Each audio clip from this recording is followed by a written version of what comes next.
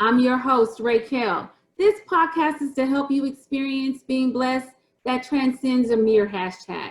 Let me add my disclaimer. I'm not a preacher, prophet, or Bible scholar, but I am a God worshiping, Jesus loving, Bible believing, New Thought Christian who believes that God blesses us according to our faith and how we work his principles. So if you're ready to be encouraged, enlightened, and entertained, then you're in the right place. I'm broadcasting on WYTV7 Christian Broadcasters Network, a non-profitable charitable radio broadcast with the mission to empower, encourage, and educate. Donations are always welcome. To help further the mission, you can donate at www.wytv7.org. Today's podcast is sponsored by Blessed Mind Coaching. Are you ready to elevate your thinking, develop an abundance mindset, and release the limiting beliefs that are keeping you from living an abundant life? Then join the free 5-day Elevate Challenge at www.raqueltosin.com. So today, we're still in February, we're still talking about love, but today we're going to do a little bit something different. I have two guests with me, and we're going to discuss dating over, I'll say, the age of 45. So if you're under 45, you might not be interested in this, but you might be, because if your parents are dating, you might want to kind of know what they're going through. And if you're over 45, you want to buckle in and you want to listen today. And if you have any comments, please comment and maybe we'll talk about it on another show. All right, so my first guest is CL Reed. I want you to just introduce yourself to the audience, CL. Hi, everybody. Hi, Raquel. My name is Crystal Reed, and in business, I go by CL Reed, just for brevity. I am an owner, operator, co-host, and business owner of a short-term rental company, management company by the name of A Sweet Collaboration. And just for a personal plug, you can find us on, Tumblr, Facebook, Instagram. Everything is under A Sweet Collaboration, SUITE. And I've been doing that for some time, been in the real estate market. I also operate a virtual assistant business under BCC Small Business Management Services. So we support people who don't want an entire staff, but do need administrative support. And I'm 55, so well over 45, but okay. Right. Thank you for being here. Thank you. All right, Keith Turner. What's going on, cousin? Keith is my cousin. And y'all know how I love bringing my family on, but Keith is my cousin, but he's awesome. So Keith, tell everybody about yourself. My name is Keith Turner. I'm a serial entrepreneur. I run a business called Turn Group Technologies. That's my core company. And I also have some other business interests in an insurance company, an advertising company, and I have a podcast now that's called Money Mondays with Art Keith. It's designed to make financial topics, personal finance topics, very, very unintimidating. So anytime my family asks me to do things, I try to accommodate. So I got a laptop on my lap. Occasionally, I may look down at it, but I am completely focused on what you're talking about. So I appreciate you inviting me on. Awesome, awesome. We're going to have to talk about finances because I think in April I was going to really want to do a lot of stuff about finance, especially with, taxes and stuff. So we will definitely have you back.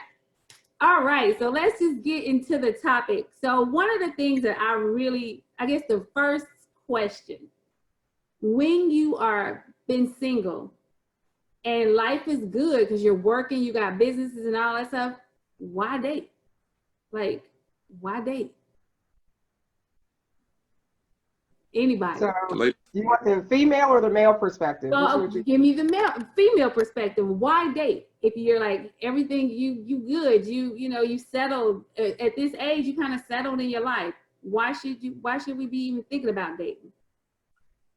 Personally, I did not date for a long time. I dated I'm a single mother. I have one daughter who's an adult, and I stopped dating when she was approximately 4 years old.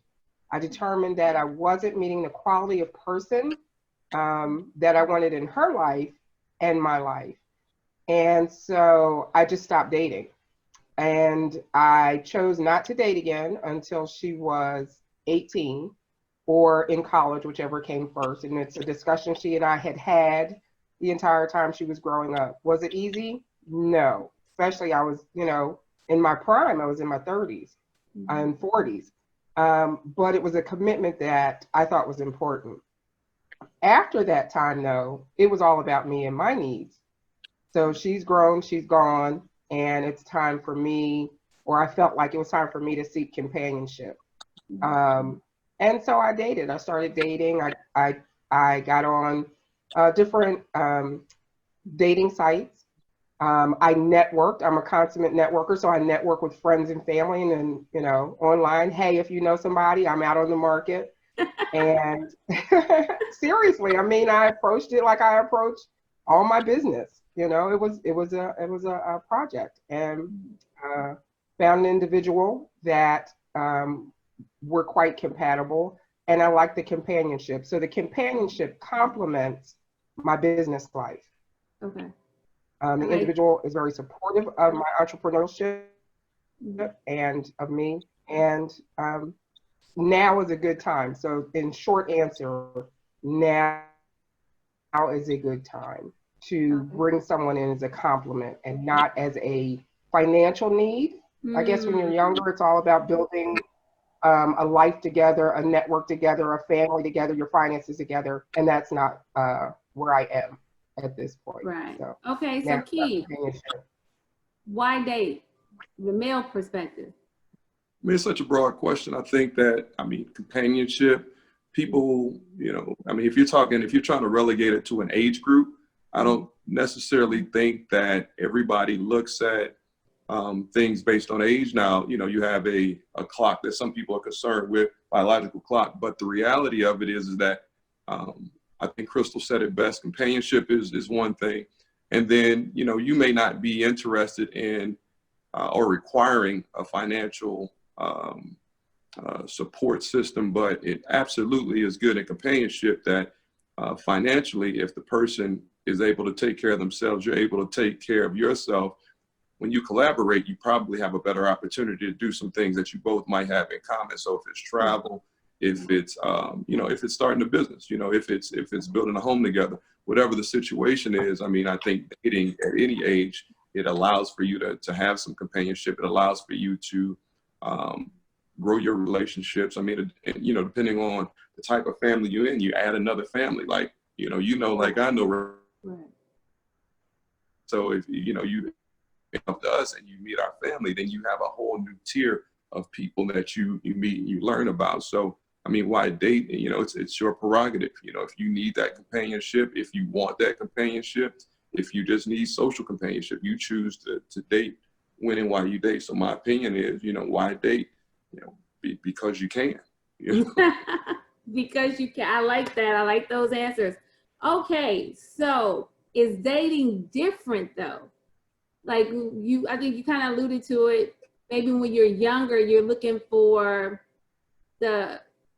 somebody to take care of you. This is for CL, especially because women, we want somebody maybe to take care of us, but when we're older, we can take care of ourselves. So that's not necessarily what we're looking for.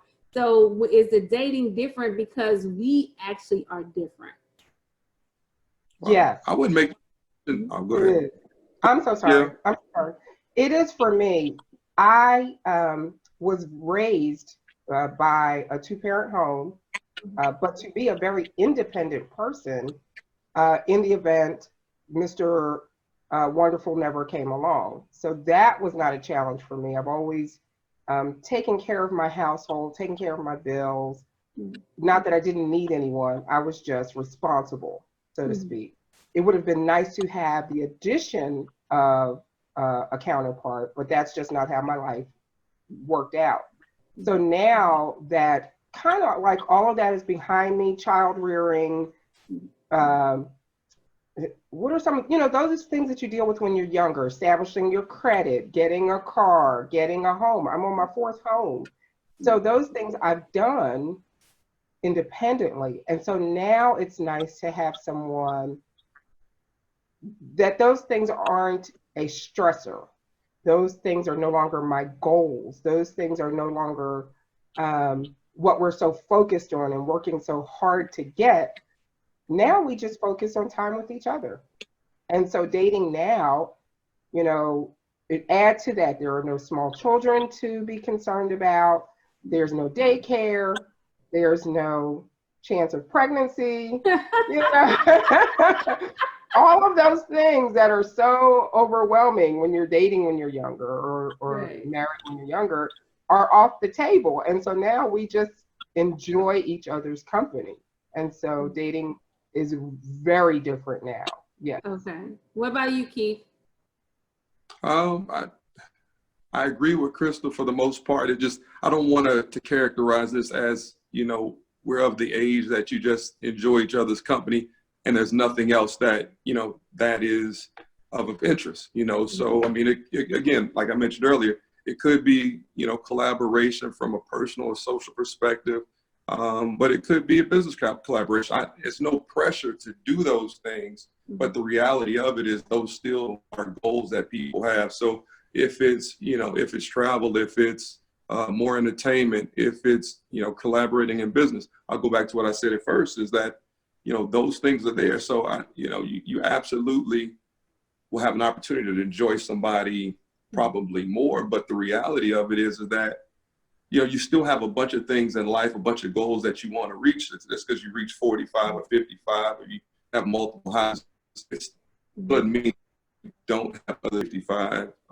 even 65. You know, looking at the people in my family is a goal to say, okay, I'm gonna kick back and do nothing or just enjoy this person. I think it's still a tremendous amount of things that you can accomplish in life in addition to finding that companion. So I just would add that, you know, you continue to grow with that person, and, you know, there are people who might need, you know, companionship financially. They might need an investor. They might need support. You know, I'm just saying in a nutshell, you have a relationship, or you dating, or you have a companion.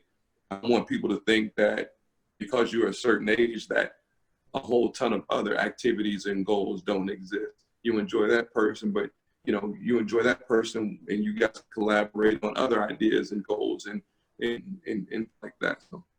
You're right. I get it, because I do agree with that, because when I look at me trying to find somebody, I need somebody that has a little money, because I love to travel. And like my traveling now involves traveling internationally.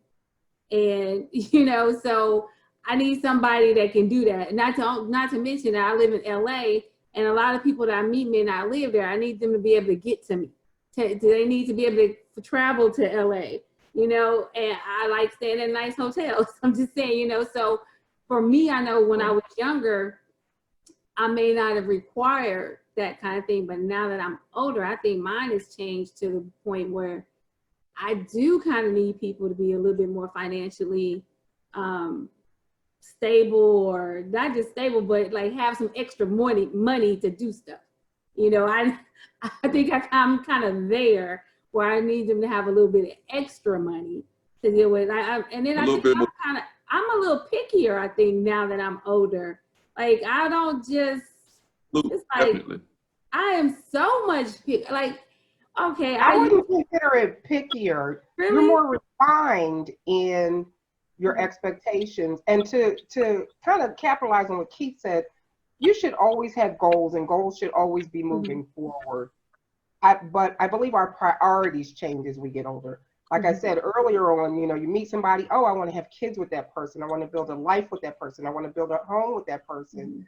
And then once you're 45 and up, generally, some people are starting out having families at 45. Right.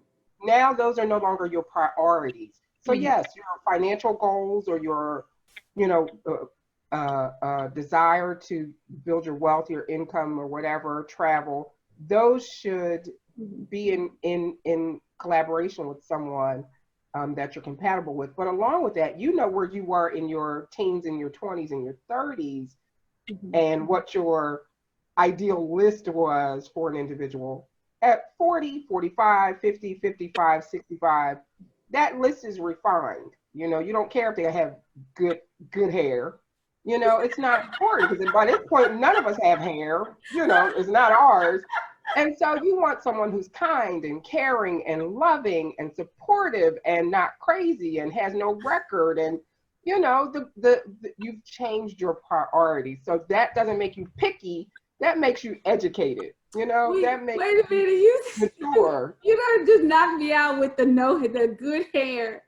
And then you said no record. Oh my God, I can talk about the record thing because Exactly. ooh, but as you get older, it seems like a lot of people have records. But I'm like, I'm sorry, I just don't really want that person. Keith, what is on the man side? What you got about being pickier? She really just kind of,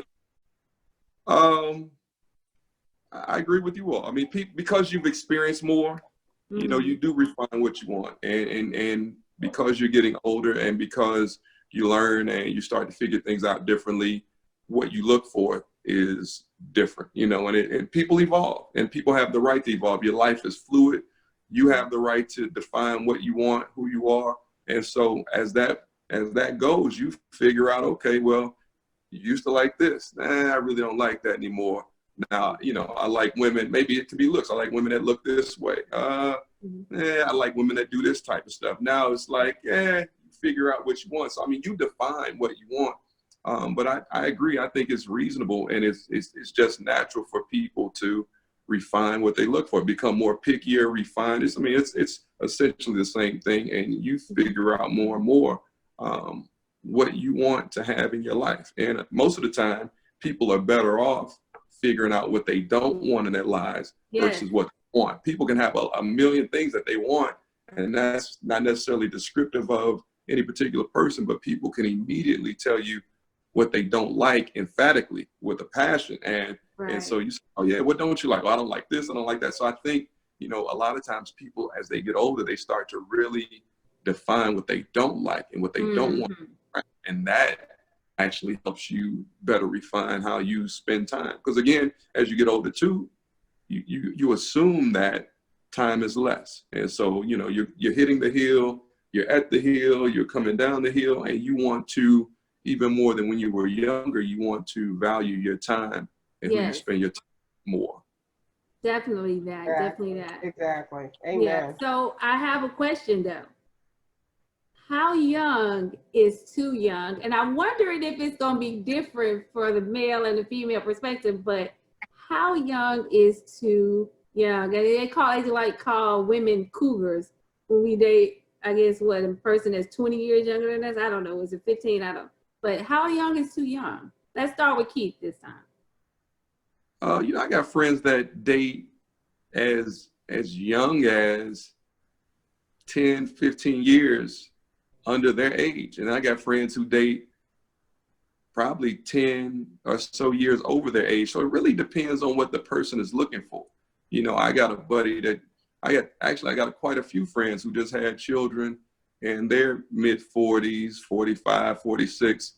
And I know women who've had children in early 40s, mid 40s. So, you know, it really depends on what the person's looking for. And I think that could dictate the age. I think that the type of activities that the person does can dictate the age. So I think everybody kind of has an idea of where they might want to go or where they could go. And I think there's some people, in most cases, I'm not judging folks I think most people kind of have a range or at least a threshold that they won't pass, you know. And so I hear a lot of friends of mine that have children that are adult age are like, man, you know, this woman was trying to talk to me, but I had to tell her, you know, she's my daughter's age. I can't date somebody my daughter's. And then, and we were talking about a couple of people that we knew that were in their mid 50s and approaching 60, and they went and bought some expensive sports cars. And so one person in the conversation said, yeah, they're going through a midlife crisis, blah, blah, blah.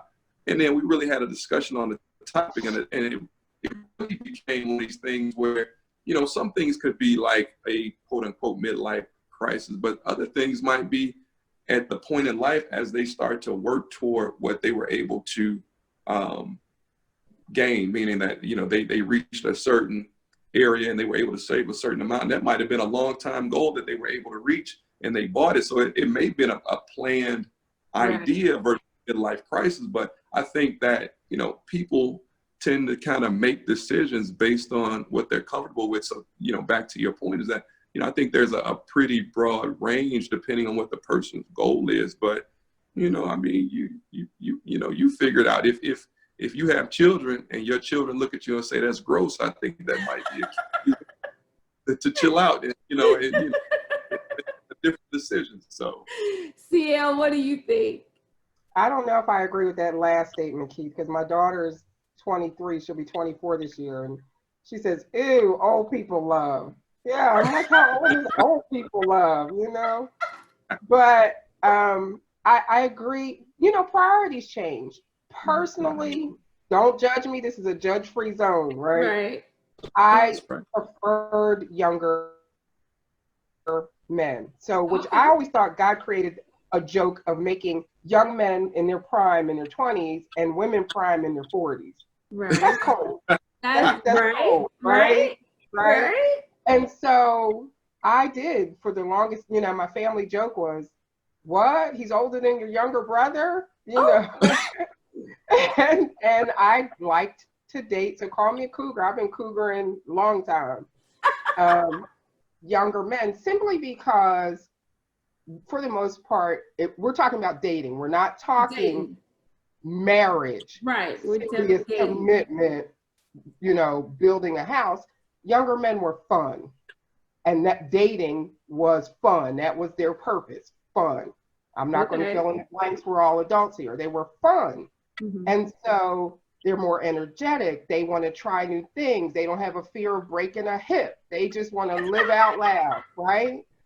As you move on to the right, when you get more mature, you have to go, I don't heal the way I used to.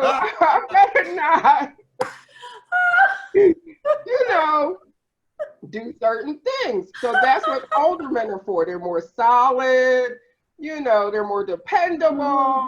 They got their priorities.